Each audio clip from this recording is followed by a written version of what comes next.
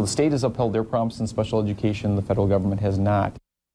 After painful cuts and layoffs, the local school district looks for help balancing its budget so students stop paying the price. Valley News Team's education reporter Veronica Marshall looks into what went wrong with Crookston's budget and the efforts to help it recover now and into the future.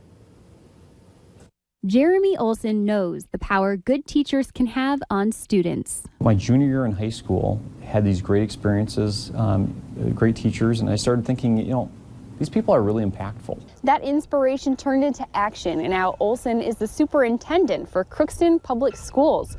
But it hasn't always been easy, particularly this year. He says the district lost 3 teaching positions when it had to pull $1 million from its general education fund to pay for its special education program. And with special education costs rising, state legislators are working to close the gap before more sacrifices have to be made. That affects the whole education budget. It means that in some cases you're going to be seeing teacher layoffs, you're going to see program cuts, you'll see class sizes growing. We at the state level need to ante up and take responsibility and be a true partner with our school districts. Governor Walz's new budget aims to invest $91 million in special education, but some legislators are arguing for even stronger actions and more long-term solutions. Initially, Congress agreed to fund 40% of special education costs. But the current reality is that the federal government pays less than half of that, at about 8% in Minnesota.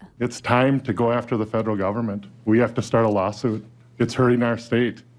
It's so frustrating. I can't believe we're waiting this long. And this is multiple administrations, Mr. Chair.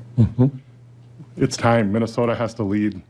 We have to do something. There's actually 2 members of Congress from Minnesota, Pete Stauber and Angie Craig. One's a Democrat, one's a Republican, and they are both working together to try to address this problem at the federal level. Stauber and Craig's plan would raise the federal government's funding to that 40% threshold over a 10-year period, so more teachers can stay in their classrooms and inspire and challenge future generations. If we snapped our fingers and had the 40% back, we'd probably look at having many of those dollars move into our gifted and talented funding. In Crookston, Veronica Marshall, Valley News Live.